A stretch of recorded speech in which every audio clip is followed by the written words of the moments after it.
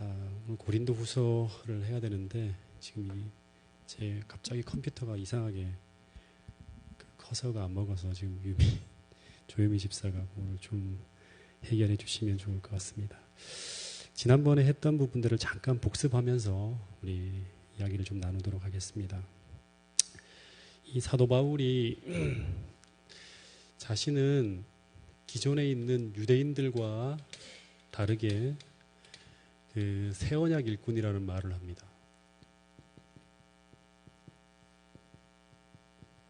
이 새언약 일꾼이라는 말은 기존에 있는 그 유대인들이 일꾼 네, 기존에 있는 유대인들은 하나님 백성을 자기들도 이제 만들기 위해서 무엇을 가지고 하나님 백성을 만드느냐 그러면 율법을 가지고 이걸 가르쳐서, 이게 율법이 언약이니까 율법을 가르쳐서 하나님 백성을 만든다고 얘기를 하는데, 사도 바울은 자기는 새 언약 일꾼이라고 하면서 하나를 더 이야기하고 있습니다. 그게 바로 뭐냐 그러면 성령이죠, 그죠? 그래서 이제 사도 바울이 이 율법만을 이제 이야기하는 그 시대의 이제 어떤 분위기 때문에 됐어요. 오케이. 네네네. 네. 아유, 감사합니다. 예. 아유, 진땀 뺐네요, 그죠? 예. 그래서 이 성령을 많이 강조하고 있어요. 그래서 우리가 그 성경을 통해서 쭉 보면 그 우리가 하나님과 참된 언약 백성이 되기 위해서 필요한 두 가지가 있는데, 이 율법하고 성령이에요. 그 율법은 언약이라고 할 수 있죠, 그죠? 예. 이 두 가지 중에 하나라도 없으면 그럼 하나님과 언약을 맺어서 하나님 백성 되기가 어렵다고 하는 것이죠.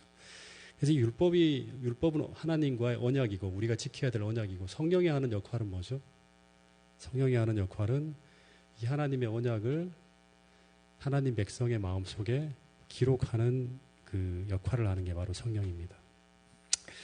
왜냐하면 이제 하나님의 진짜 백성은 왜 성령이 있어야 되는가 하면, 하나님의 진짜 참 백성은 그 하나님의 율법을 하나의 지식이나 하나의 글로서 가지고 있는 사람들이 아니라 그럽니다. 그죠? 다시 말하면 이 율법 속에 담긴 정신과 그리고 그 속에 담긴 하나님의 품성을 그들의 마음에 기록한 사람들이 바로 누구인가 하면 하나님의 진짜 백성이라고 하는 거죠. 그래서 바울이 이제 6절에 보면 그러면서 이제 어떤 얘기를 하는가 하면, 이 율법의 기능은 사람을 죽이는 것이고, 그리고 성령은 살리는 기능을 가지고 있다.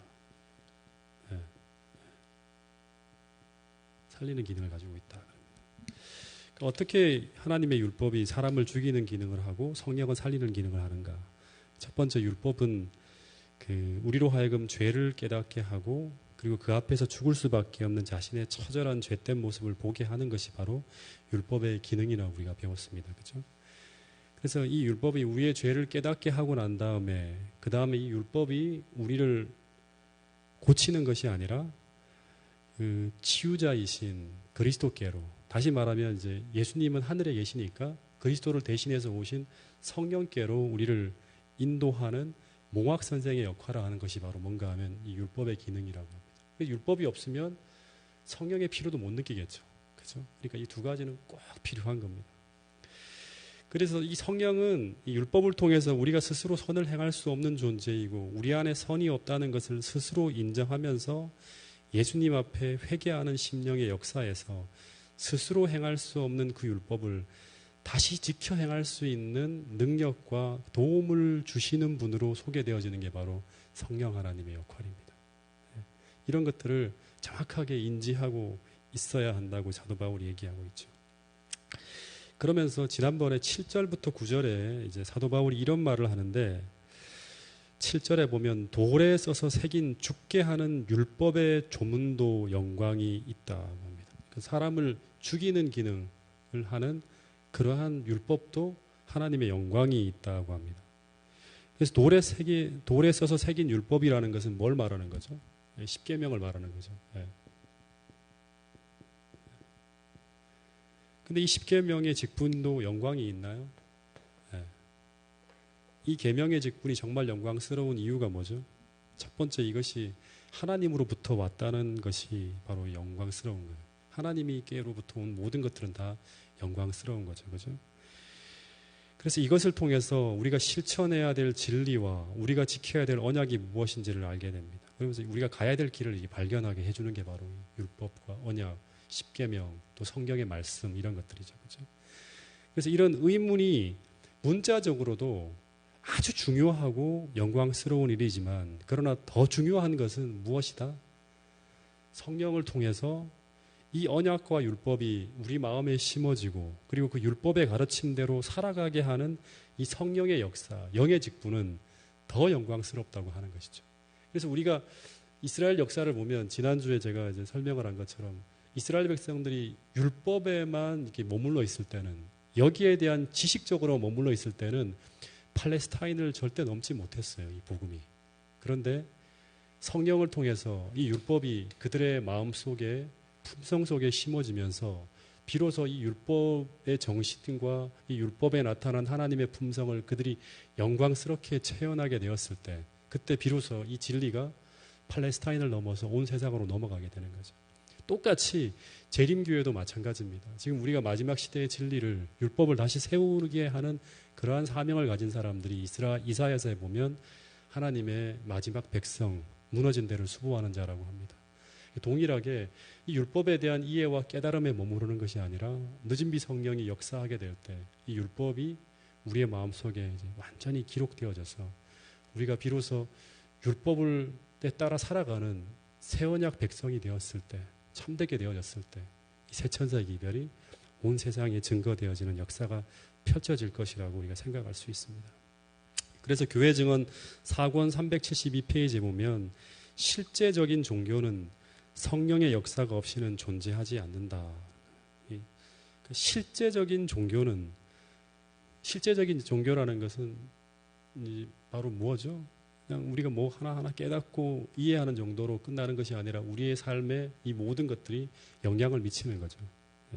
그렇게 되기 위해서는 성령의 역사가 없이는 이루어질 수 없다고 하는 거예요. 그런데 인간들은 언제나 성령을 배제한 율법, 의문의 실천을 강조할 위험이 있다고 합니다. 다시 말해서 율법을 단지 문자적으로만 지키고 순종하는 것을 신앙이라고 말하면서 강조할 위험성이 있다 그럽니다. 왠지 아시죠? 성령은 잘 안 보이잖아요. 율법은 우리 눈에 쏙쏙 들어오는 거예요. 그래서 이렇게 지키지 않으면 굉장히 우리가 막 사람들에게 이제 말을 하지만 성령의 도움이 없이 살아가는 것에 대해서는 잘 말을 안 해요. 그런데 성경은 말하기를 율법을 문자적으로 순종하는 것만으로는 아무 의미가 없다고 하는 거예요. 잘 머릿속에 새겨야 돼요. 율법을 단지 문자적으로 순종하는 것만으로는 아무 의미가 없대요.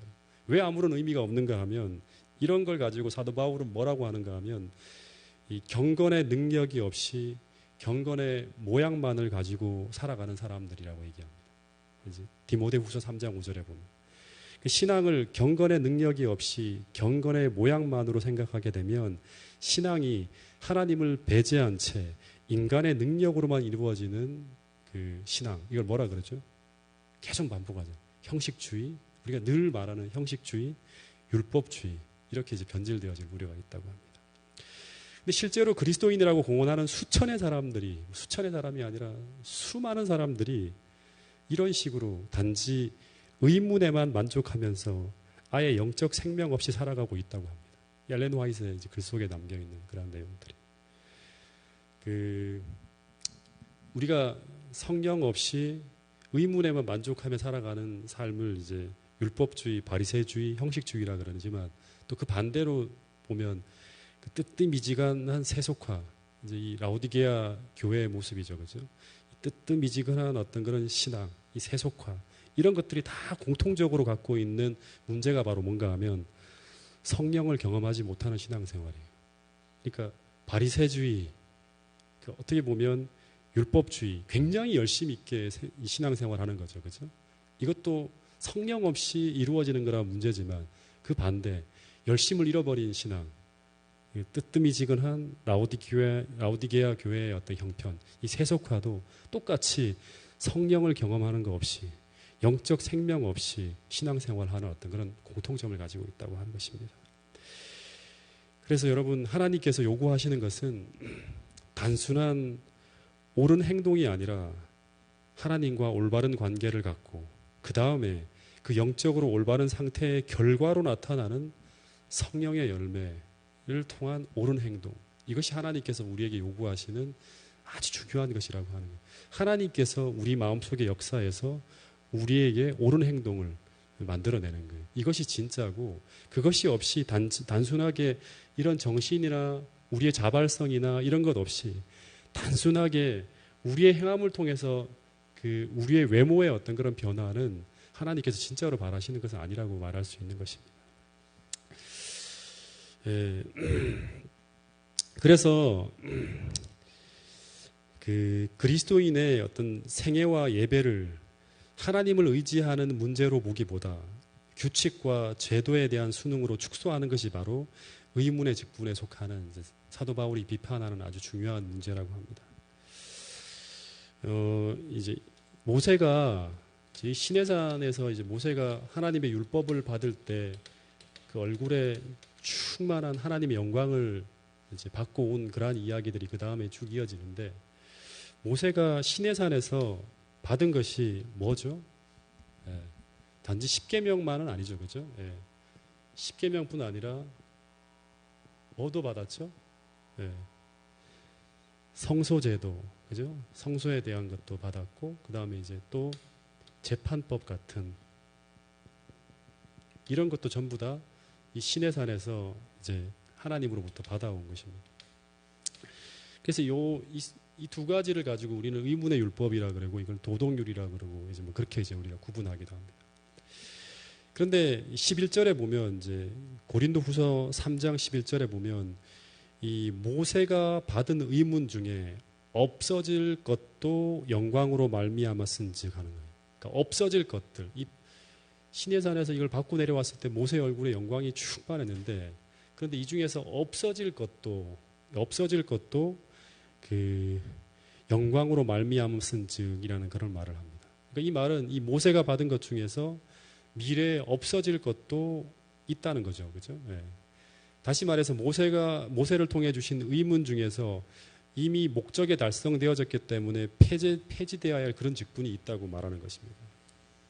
그런데 그 폐지되어야 될 것들은 어떤 것이죠? 여기서 오늘 뭐 여러 가지로 막 심란하네요. 아주 설교하는 게 바람도 불고 막 비가 세차게 몰아칩니다.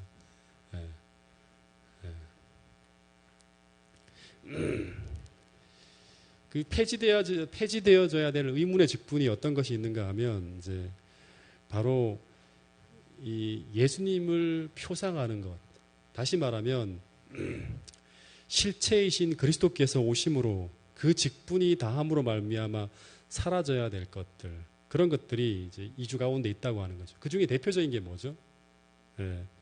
예수님이 오심으로 사라져야 될 대표적인 어떤 그런 의문, 이 바로 뭔가 하면 이 성소 제도와 관련된 거죠. 물론 뭐 재판법도 이 나라가 망함으로 말미암아 이제 사라지게 되지만, 대표적인 것은 이 그리스도를 표상하는 성막과 제사 제도 같은 것들이에요. 그래서 이 성소를 통해 양을 잡아서 제사 지내는 일이 이제 예수님의 십자가로 이제 완전히 폐지되어졌는데, 그럼에도 불구하고 거기에 효력이 있다고 생각하고 거기에 매여 있게 되는 사람들이, 많은 유대인들이 있었다고 하는 것이죠. 그죠? 그럼 어떻게 될까요? 그렇게 되면 유대인의 이 성막 제도는 그 제도의 원래 목적이 그리스도를 사람에게 보여주면서 미래에 오실 그리스도를 영접하도록 일시적으로 준비되어진 그러한 제도인데, 그런데 예수님이 오시고 난 후에도 계속 그 제도가 사라지지 않고 거기에 머물러 있게 된다 그러면 어떻게 될까요? 예수님을 표상하는 정말 영광스러운 이 제도가 계속 사라지지 않고 거기에 머물게 되면 도리어 그리스도를 가리는 역할을 하게 된다고 하는 것이죠. 그래서 바울이 원래는 영광스러운 제도였지만 이것을 이제 공격하는 거예요. 이건 사라지고 없어져야 한다고 공격하고 있는 거예요. 그런데 이런 일이 이 당시만이 아니라 재림운동 당시에도 있었다고 하는 것입니다. 아시죠, 그죠? 예수님께서 이제 그 하늘 성소의 첫째 칸에서 하늘 성소의 둘째 칸인 지성소로 이렇게 들어가셨는데, 그럼에도 불구하고 여전히 성소 첫째 칸에서 그리스도를 기다리고 있는 자들이 있었어요. 예. 그런 사람들은 어떻게 된다고 엘렌 화이트는 얘기했나? 결국 새로운 빛을 깨닫지 못함으로 말미암아 영적 어두움에 머물게 된다고 하는 것이 이 초기 문집이라든가 각시대 전투 학원에 나오는 이야기들입니다. 다시 말해서 예수님께서 성소 둘째 칸에서 우리를 위한 이 대제사장으로서 이 지성소 봉사를 시작하였다는 것을 선포하고 알리는 첫째 천사의 기별이 재림운동과 그 이유를 통해서 계속해서 전해지고 있어요. 똑같이 사도 바울의 이야기를 통해서 이제는 성소 제도가 끝났고 그리스도께서 오셨다는 이야기가 계속 전해지고 있고, 그것이 성경을 통해서 분명한 진리임을 계속 알려주고 있는데도 불구하고 이 성소 제도에서 여전히 효력이 있다고 생각하고 머물고 있게 되면 이 사람들은 다 어떻게 되는 거죠? 기독교 역사를 보면 전부 다 바리새인들이라든가 제사장들 이런 사람들로 말미암아 결국에는 어둠에 갇히게 되고 진리를 발견하지 못하게 되고 하나님의 은혜에서 멀어진 사람들로 끝나게 되는 거예요.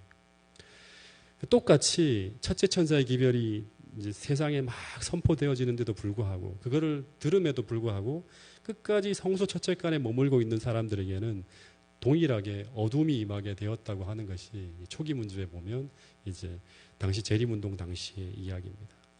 다시 말해서 진리를 깨닫고 거기에 계신 그리스도를 믿음으로 그리스도와 함께 성소 둘째 칸으로 따라 들어간 사람들은 이 그리스도의 재림을 준비할 수 있는 빛을 계속 받게 됩니다.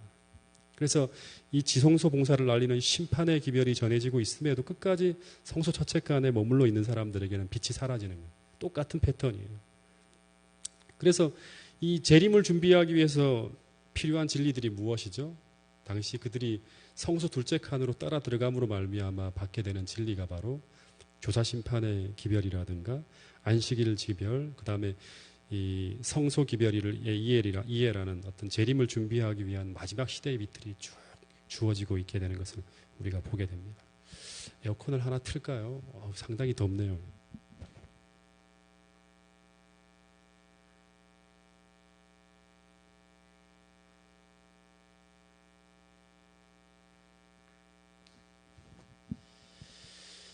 예. 그래서 마찬가지로 이제 예수님이 오시기 전에 그 필요한 의문에서 이제 그리스도가 오시고 난 후에 새로운 빛을 따라 나가야 되는데 그대로 그 의문에 집착하고 있는 자들에게는 이제 어둠이 임하고 그들에게는 이제 그 결국에는 그리스도에게서 끊어지게 되는 그러한 일들이 벌어진다고 이야기를 계속 우리가 배우고 있습니다. 그래서 현재 주어진 빛에 충실하게 살아가는 사람들에게 계속 새로운 빛이 주어지고, 그리고 그 빛을 따라 계속 주님과 동행하는 사람들에게 계속 성령께서는 역사하시고 지도하신다고 하는 것이 사도 바울의 이야기입니다. 12절부터 14절의 이야기를 조금 더 한번 읽어보겠습니다. 12절, 14절, 고린도후서 3장 12절부터 14절의 이야기입니다. 같이 한번 읽어보겠습니다. 시작. 우리가 이 같은 소망이 있으므로 담대히 말하노니 우리는 모세가 이스라엘 자손들에게 장차 없어질 것의 결국을 주목하지 못하게 하려고 수건을 그 얼굴에 쓴 것 같이 아니하노라. 그러나 그들의 마음이 완고하여 오늘까지도 구약을 읽을 때에 그 수건이 벗겨지지 아니하고 있으니 그 수건은 그리스도 안에서 없어질 것이라. 예, 이 12절부터는 이제 그 의문에 매여 살아가고 있는 유대인들과 그 다음에 영의 직분의 영향을 받으며 살아가는 이 참된 그리스도인에 대한 어떤 그런 이제 이야기, 서로 다른 결과에 대한 그런 이야기를 쭉 하고 있습니다. 먼저 의문에 매여 있는 유대인들은 이제 영적으로 눈이 멀어서 결국에는 어둠에 빠져버리게 되는데, 이제 그들이 어둠에 영적으로 눈이 멀게 되는 가장 중요한 이유가 바로 뭔가 하면 이 완고함이라든가 불신 때문이라고 합니다. 그리고 그에 반해서 성령의 직분을 통해서 이제 계속 인도함을 받는 그리스도인들은 그 자유함과 그다음에 또 하나는 이 품성의 변화를 이루게 된다고 하는 것이 사도 바울의 그 다음에 이어지는 이야기들입니다. 예, 그럼 이야기 시작에 보면 이제 그 모세가 당시에 시내산에서 하나님을 뵙고 난 후에 이 모세의 얼굴이 하나님의 영광을 반사하고 있었는데, 그런데 유대인들은 모세의 얼굴에서 나는 그 거룩한 광채를 보기를 두려워해서 어떻게 하죠? 이 모세에게 그 얼굴을 좀 가리워 달라 그럽니다. 수건으로. 그래서 모세가 그 직분을 증명하는, 사도 바울의 이야기하면 이 하나님의 영광의 광채가 자신이 하나님으로부터 왔다는 그 직분을 증명하는 그러한 이제 빛이 바로 거룩한 영광인데, 이것을 수건으로 가리게 됩니다. 그런데 14절에서 바울은 영적으로 눈먼 이스라엘 백성들의 그 상태가 마치 수건으로 얼굴을 가려서 하나님의 영광을 보지 못하는 그런 이스라엘 백성들의 상태를 그렇게 이제 묘사하고 있습니다. 그래서 하나님의 영광을 가린 뭐 때문에? 이 수건 때문에, 결국에는 이 수건 때문에 그 이스라엘 백성은 모세의 얼굴에서 하나님의 영광을, 하나님의 임재의 영광을 보지 못하는 것처럼 똑같이 그 하나님의 영광을 가리고 있는 이 수건 때문에 예수님에게 임한 하나님의 임재의 영광을 보지 못하게 되어서 결국에는 예수님을 거절하게 되는 그런 원리로 설명을 하고 있어요. 예. 그래서 이 수건이 뭘 상징하는가 하면, 이 수건이 하나님의 영광을 보지 못하게 만드는 이 수건을, 그 수건을 뭐를 상징한다고 얘기하는가 하면 이스라엘 백성들의 완고함과 불신을 상징한다 그럽니다. 그래서 이 완고함과 불신이 결국에는 이제 무엇을 만드는가 하면 영적 어둠을 만드는 거죠. 예. 그 빛을 가리는 거죠. 예. 그래서 14절, 15절에서 바울은 이렇게 이야기하고 있습니다. 그러나 그들의 마음이 완고하여, 완고하다는 말은 이 불신도 같이 포함하는 겁니다. 완고하여 오늘날까지도 구약을 읽을 때 그 수건이 벗어지지 않고 있으니 그 수건은 그리스도 안에서 없어질 것이라고 합니다. 15절에도 보면 오늘까지 모세의 글을 읽을 때 수건이 그 마음을 덮었도다. 모세의 글을 읽어도 계속 깨닫지 못하는 거예요. 그 이야기 속에 담긴 그러한 의미들. 그래서 이 이스라엘 백성들의 얼굴에 수건이 덮여져 있는 것을 이 완고하여 그렇다고 하는데, 이 완고하다는 이 표현, 이 완고함이라는 이 표현이 그 헬라어를 보면 뭐라고 이제 표현하고 있는가 하면 포로라는 단어를 써요. 이 포로라는 단어를 쓰는데 이제 이 단어의 의미가 뭔가 하면 무감각해지다, 또는 둔하게 된다, 또는 이해력을 잃다, 이런 의미예요. 그래서 이렇게 완고함 속에 갇혀 있는 사람들에게는 아무리 빛을 전해도 실패를 거듭하게 돼요. 사도 바울과 같은 사람, 또 예수님 같은 분이 진짜 엄청나게 정말 그 광명한 그런 빛을 이 사람들에게 수도 없이 전했지만 계속 실패하게 돼요. 근데 그 이유가 바로 뭔가 하면 이 수건 때문이라고 합니다. 예. 수건이 여전히 그들의 마음과 정신을 덮고 있기 때문에 아무리 진리의 빛을 전해도 결국에는 그 어둠을 뚫지 못한다고 하는 거예요. 그래서 문제는 이 수건을 제거하는데, 이 수건을 이제 우리가 이제 완고함 불신이라고 말하지만, 근데 이 완고함과 불신은 어디에서 왔을까요? 예. 이 완고함과 불신은 어디서 왔을까요? 이 완고함과 불신에 갇혀 있는 제사장들, 바리새인들, 율법사들, 그 다음에 당시의 유대 교사들, 아무리 빛을 전하지만 결국에는 이 사람들이 끝까지 어둠 속에 갇혀서 나오지 못해요. 그런데 이 완고함과 불신은 어디에서 오는 거죠? 네? 네, 마귀에게서 오는 건데, 네. 요 정신의 더 근원으로 들어가 보면 이제 우리가 시대의 소망이나 이런 걸 쭉 읽어보면 이 완고함과 불신은 두 가지에서 온다고 볼 수 있어요. 하나는 그 모든 죄악의 뿌리를 볼 수 있죠. 교만. 또 하나는 이기심. 이게 죄의 가장 근원적인 거예요. 예. 당시 이스라엘 백성들은 그 죄는 그대로 둔 채, 다시 말하면 나의 이기심이나 교만 이런 자아는 그대로 둔 채 그 자기들이 생각하는 메시아는 어떤 메시아를 바라고 있었죠? 그들을 로마의 압제로부터 해방시키는 그러한 메시아를 꿈꾸고 있었죠. 이게 바로 이제 교만과 이기심에서 생각되어지는 어떤 그런 것인데, 이것이 완고함과 불신으로 이제 그들을 인도하게 만들고 결국에는 진리에 대한 모든 어떤 빛을 가리는 수건을 덮게 만들어서 어둠에 갇히게 만드는 거죠. 그래서 이 수건이 그리스도를 가리키는 진리와 복음을 그들의 마음에서 계속 가리고 있었어요. 네. 이 그리스도의 영광의 복음을. 그런데 어떻게 이 수건을 제거할 수 있는가? 이게 문제죠, 그죠? 어떻게 제거할 수 있죠? 어떻게 제거할 수 있다고 사도 바울이 말하고 있죠, 이 본문에서. 네. 네. 답은 그리스도께로 돌아갈 때 그리스도 안에서 없어지게 될 것이라고 합니다. 근데 여기서 주께로 돌아간다고 할 때 이 돌아가다라는 단어가, 주님께로 돌아간다고 할 때 이 돌아가다라는 단어가 이제 헬라어로 보면 그 에피스트레포라는 단어를 씁니다.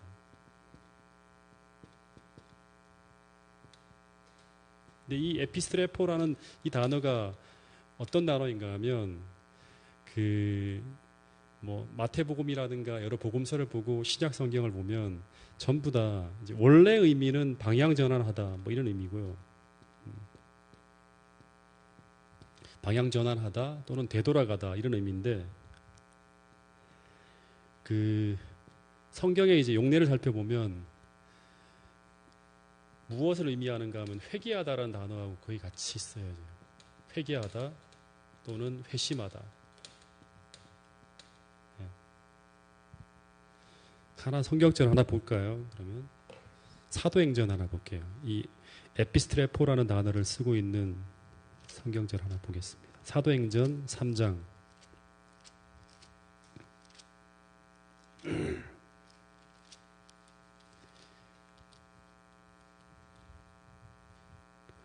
19절 한번 읽어보겠습니다.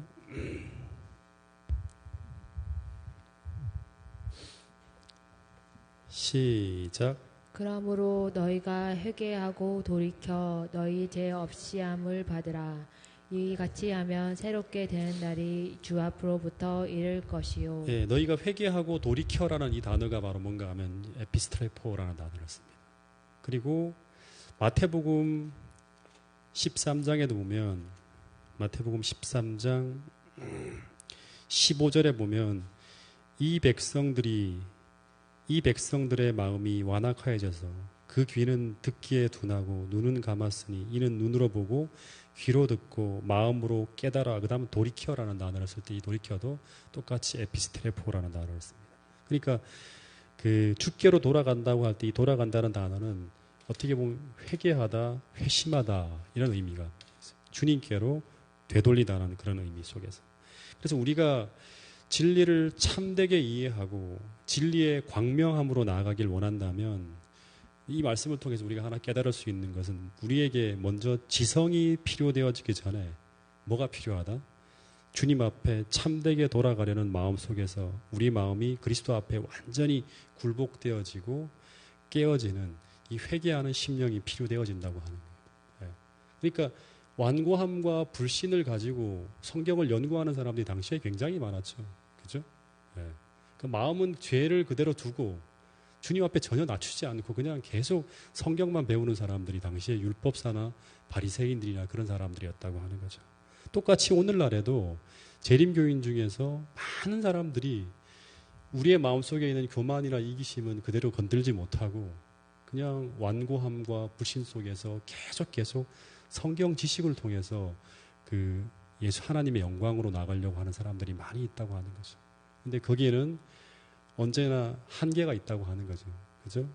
그래서 거긴 수건으로 덮여진 그러한 어떤 그런 그 마음 속에서 계속 그 어둠 속에서 진리의 참된 깨달음을 얻지 못하고 거기에 머물다가 나중에 주님이 오실 때 주님을 영접하지 못하는 바리새인들과 같은 그러한 길로 걸어갈 수 있다고 하는 겁니다.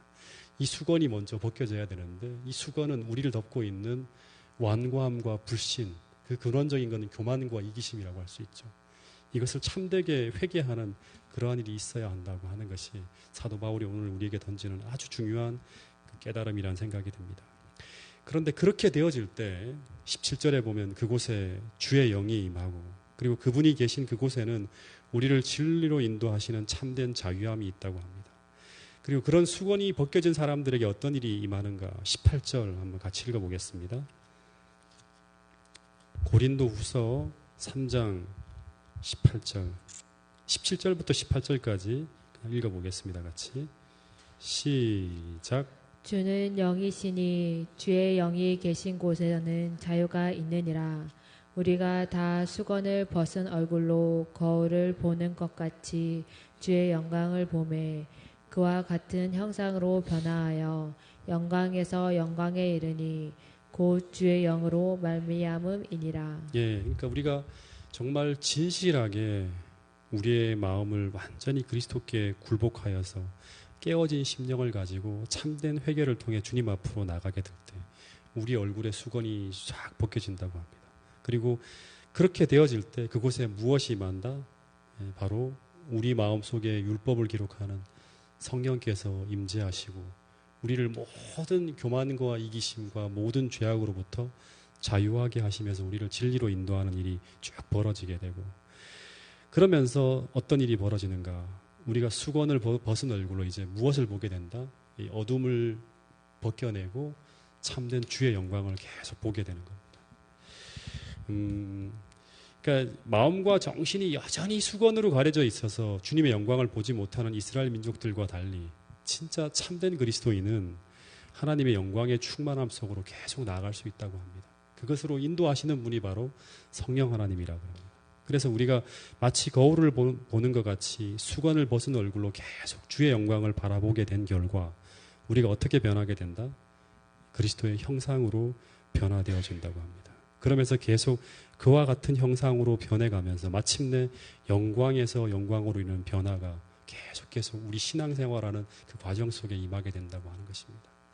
제가 지난주에 안식일 설교에도 말씀을 드린 것처럼 결국에는 우리의 자아와 우리의 의지가 하나님 앞에 굴복되어지는 게 바로 참된 그 신앙의 첫 스텝이라고 했습니다. 침례를 받는다는 건 뭐냐 그러면 우리의 의지를 하나님 앞에 완전히 내려놓는 것이거든요. 그게 바로 뭔가 하면 참된 회개예요. 예. 이 과정이 일어남과 동시에 같이 동시에 역사하는 분이 바로 뭔가 하면 성령 하나님이에요. 예. 성령 하나님이 하시는 역할이 뭐다? 하나님의 율법을 우리의 마음속에 기록하는 거예요. 하나님의 율법이 성경에 있고 이 속에 있고 우리 지성 속에 있는 것이 아니라 우리 마음 속에 기록되어져서 우리가 율례를 행하게 되는 그 백성이 되어질 때 그게 바로 누군가 하면 참된 언약 백성인 새 언약 백성이라고 하는 거죠. 예. 그 사람들이 어떤 일을 하는가? 마지막 때 성령의 충만함으로 하나님의 진리를 세상에 마지막에 증거하는 마지막 하나님의 남은 자들이 되는 것입니다. 오늘 그 첫 스텝인 바로 우리가 진실하게 하나님 앞에 회개하고 정말 주님의 어떤 그런 뜻을 따르려고 하는 그런 열망을 가지고 주님 앞에 우리 마음을 드렸는가 드리지 않았는가 이 한 가지가 가장 중요한 것입니다. 이것이 이루어지면 하나님 성령께서 우리를 진리 가운데로 계속 인도하시는 겁니다. 그래서 오늘 그런 마음을 가지고 우리가 다시 한번 주님 앞에 온전히 굴복되어지는 그러한 여러분과 저가 될 수 있기를 간절히 바라겠습니다. 그리고 이 모든 것을 이루는 주체가 누구인가 하면 바로 주의 영으로 말미암는다고 사도 바울은 또다시 마지막으로 이 하나님의 언약 백성이 꼭 기억해야 될 이 성령의 역사를 이야기하고 있습니다.